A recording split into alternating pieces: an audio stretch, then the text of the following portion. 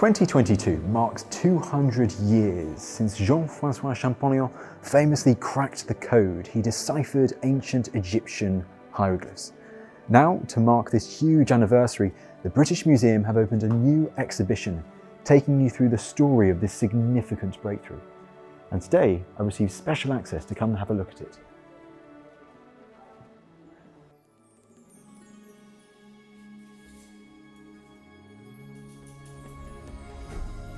Earlier this year, I visited Egypt to see some of its most stunning ancient sites up close, looking at individual hieroglyphs and the amazing information they have revealed about this land's distant past.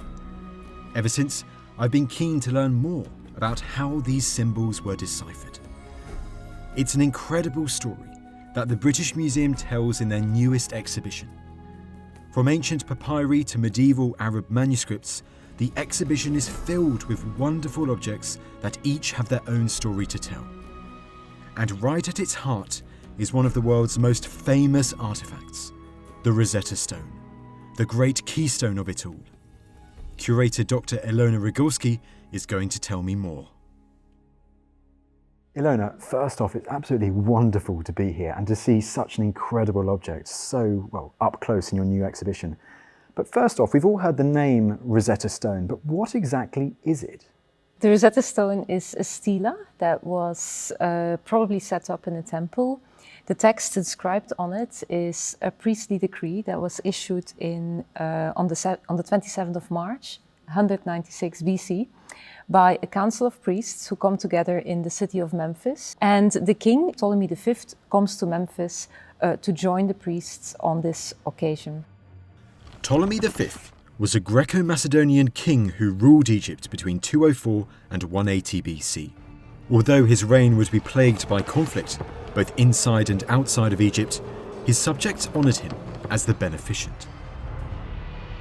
It tells us basically in 3 different scripts, 2 languages, that the king should be treated as a god because he did so many good deeds for the country. And the end of every text of each version tells us that it had to be carved in hard stone, which apparently happened, and it had to be set up in all the important temples of Egypt. And so, Eleanor, we've got these 3 different texts here. What languages are these? At the bottom we have Ancient Greek, which is a language that was known at the time of discovery in 1799. And so that's why the hope immediately rose that perhaps this could be used to decipher the 2 Egyptian scripts. In the middle we have Demotic, which was the language and the script of the time, the daily language. And at the top we have Hieroglyphs, which is basically reflecting the same language as the Demotic. The early 2nd century BC was an extraordinary time in Egypt's long and fascinating ancient history. This was when Egypt was ruled by the so-called Ptolemaic dynasty, Greco-Macedonian rulers who reigned over this land in the wake of Alexander the Great's death. Ruling from the rich and vibrant city of Alexandria, the Ptolemies reigned over a land where both Greek and Egyptian was spoken all along the River Nile. During the 2nd century BC, Egypt was very much a multicultural and a bilingual country, so those who could read and write would probably have been able to do so in Egyptian and in Greek. And especially the officials who were working in the centralized administration, they would probably have worked in Greek but could have been speaking Egyptian at home. So we have this very interesting interaction between these languages. We think that the text probably originally is a Greek text because to honor the pharaoh as a god is not something very Egyptian. We don't find this kind of decree in earlier periods. So we think that the type of text was imported from Greece and then translated into the 2 Egyptian language to give it a local veneer, if you want. This is a good example of Hellenistic ruler cult coming to Ptolemaic Egypt, isn't it? Yes, yeah. The wording of the Rosetta Stone gives us an invaluable insight into how the Ptolemies ruled Egypt. But another great part of this object's story is how it was found. So, how was this stone discovered? The stone was discovered in the foundations of a building, of a fort, in present-day Rachid, a city that the French called Rosette, Little Rose. And it was reused as a building block in a way. We don't know when this happened, so the original place where the stone would have been set up is unknown to us. We can make suggestions, but it was really Rachid, present-day Rachid, where the stone was found. And immediately upon discovery, it was realized that this could potentially be the key to decipherment. So it was immediately assumed that the stone was an important object. The stone was initially discovered by the French, but following the defeat of Napoleon's expedition to Egypt, it was handed over to the British as part of the capitulation of Alexandria. Transported to Britain by sea, the stone was placed in the fledgling British Museum in 1802. Crowds quickly flocked to see it. Could this be the object that would finally allow people to crack the mysterious hieroglyphs? The challenge ahead was a huge one, but so were the potential rewards. And many would pick up the gauntlet. So it was immediately a very exciting object. So as I mentioned, it was realized that it could be the key to decipherment. So immediately the French took copies of the Rosetta Stone and sent them across Europe. In many countries, in the world actually, scholars started to work simultaneously on the Rosetta Stone, and gradually we have Jean-François Champollion and Thomas Young from England leading that race. Thomas Young was a British polymath, a master of many academic trades, and the last man who knew everything, according to his biographer. Jean-François Champollion, based the other side of the English Channel in France, was an expert linguist. These two figures would be the titans of the great race to decipher hieroglyphs, a race which began with the Rosetta Stone. They started with the royal names, the names of the pharaoh, which is written in this elongated oval. That cartouche there, is it? You see that? Yes. Yes, so that's the name of the king Ptolemy V. And the ancient Egyptians wrote 4 names phonetically, which means one sound, one letter, in a way alphabetically. So the scholars could start with those letters and create a kind of alphabet of about 26 letters that could then be used to read other parts of the text. And so in the whole race to decipher hieroglyphs, how significant is this particular object, is the Rosetta Stone? Well, it's extremely significant because it accelerated the race. It finally gave the scholars the bilingual text that they needed. Already towards the end of the 17th century, many scholars said if only we had a longer bilingual text in a language that was known, we could then understand at least the content of hieroglyphs. So because we have the Greek, we can understand at least the content of the text. The difficulty was that Greek is an alphabetic language and ancient Egyptian is not. It has alphabetic letters, but it also has many more signs, many more hieroglyphs that cannot be read alphabetic. And it's a mixed hybrid system, and it took 22 years for scholars to really understand that. Of course, the scholars used a lot of other objects, which are on show. Some of them are on show in the exhibition, but the Rosetta Stone really was the starting point of everything. Once the Rosetta Stone was discovered, and copies of its bilingual inscription were shared across Europe, the great race to decipher hieroglyphs was on.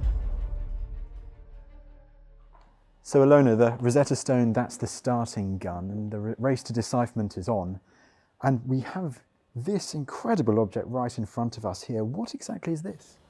It's a part of a long papyrus. It's Book of Breathing, as we now know, so it's one of the guides to the afterlife. Champollion, of course, didn't know that at the time. He studies this papyrus because he wants to look at other objects in addition to the Rosetta Stone. He finds the Rosetta Stone very difficult. He says to his brother, I cannot make sense of any of it, so I'm going to try to look at other objects. And this papyrus was brought to Paris by Vivant de Nont, who's one of the scholars who had joined Napoleon's army. And what you can see is, in addition to some colorful vignettes, is the text that, of course, was of prime importance to Champollion. And it's written in hieratic.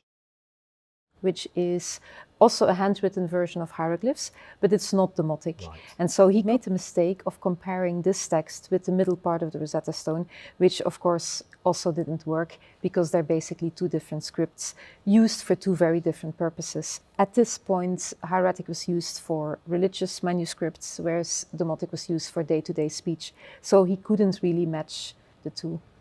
For Champollion, the lack of progress he made with this object was gut-wrenching. Unable to make sense of either this papyrus or the Rosetta Stone, the great scholar rapidly started to lose hope. How does this affect Champollion? He was devastated in a way. He writes to his brother that he wants to give up. He's not going to bother with hieroglyphs or Demotic anymore. He wants to learn Coptic, which is the later phase of Egyptian language, but written in an alphabetic script. And at the time, Coptic was still spoken and was still used in the Coptic church. And he becomes friends with Coptic monks in Paris. And so he says, here we have the language still living. So if I learn Coptic, I will at least have the vocabulary to understand perhaps the words that are behind the hieroglyphs. So that's the next step, as it were. It is, yes. And this will allow him to understand the older manuscripts, which were written Arabic Coptic, because he was already fluent in Arabic. So he had access to certain manuscripts that most of the scholars before him didn't have. Champollion's decision to learn Coptic would ultimately give him the edge in the great decipherment race against the likes of Thomas Young. But one object that he had very limited access to was the Rosetta Stone itself. With the Napoleonic Wars raging in the early 1810s, British and French relations were at a dismal low. But nevertheless, cross-channel communication between the likes of Young and Champollion continued, evidenced through an extraordinary letter. Now, Eleanor, this is absolutely incredible. Here you've got correspondence between these two titans of the decipherment race. Yes, so Champollion actually never saw the real Rosetta Stone, we think, and he's working from copies that were circulating in Paris, and he complains quite a lot about the quality of those copies, and at a certain point in 1814, he writes to the Royal Society and he asks for a new copy of the Rosetta Stone. The letter is passed on to Thomas Young, who's the secretary of the Royal Society. Champollion didn't know that at the time, but Thomas Young receives the letter and tries to answer as good as possible. And he drafts his answer on the same letter that Champollion sent him. How interesting. So that's Young, so that's Champollion's original letter there. I can see words like Rosette there, Eleanor, and also qui offre le plus de difficultés. I'm guessing that's emphasising that he's having difficulties at the moment with his copies of the Rosetta Stone. Yes, so he's again not sure whether his copies are accurate enough, whether they are good enough that he's reading the text well. So he's saying that he has two copies. One is a facsimile that was part of an engraving, and the other one was actually the engraving that later appears in the Description de l'Egypte. So that engraving of the Rosetta Stone was already circulating before the Description de l'Egypte was published. And he asks specifically in this letter, to check a few words because perhaps they are not very clear in the copy that he's working with. And so how does Young respond to this letter? This is a draft of a letter that was eventually sent, which we don't have anymore. That's why this is so valuable to have this draft. And also you can see that Thomas Young writes a few of the words that Champollion is asking for in Demotic, in the draft. So he is checking the words that Champollion is asking for. And this is a kind of friendly correspondence between the two. Because so often we associate Champollion and Young as being these great rivals in this hieroglyph race, but here they're helping each other out with the Rosetta Stone. Yes, so it will take a few years before Champollion really gets a new copy of the Rosetta Stone, but at least he tries to help at this point in 1814. We're still early in the race. Later they get into contact more often, and there is a bit of tension between them later on. But at this early point in time, not yet. And Eleanor, what's also so interesting is that letter there, it's dated to 1814. This is before Waterloo, it's still the time of the Napoleonic Wars. Yeah. And still you have this correspondence between the British and the French in academic circles. Yes, this was the case from the very beginning when the Rosetta Stone was discovered, when France and Britain were not on the best terms. But on a scholarly level, scholars were communicating with each other, and regardless of political developments, that's also why this is really beautiful, is that there's always so many different parts to the story. It's fascinating to see firsthand friendly correspondence written by Young and Champollion more than 200 years ago as the Napoleonic Wars raged, bringing you so much closer to the geniuses themselves. Over the following 8 years, both Young and Champollion would strive to crack the hieroglyphic code. Slowly but surely, more information came to light. Copies of more inscriptions were shared, papers were published, breakthroughs were made. On the Rosetta Stone, Thomas Young correctly presumed that each symbol within the cartouche of King Ptolemy had a phonetic value. Basically, that each symbol had a different sound. But Young didn't quite translate the correct sound value for each of the symbols. The spotlight thus turned to a reinvigorated Champollion, who, taking advantage of his newfound understanding of Coptic, worked tirelessly to put in place the final pieces of this great linguistic puzzle.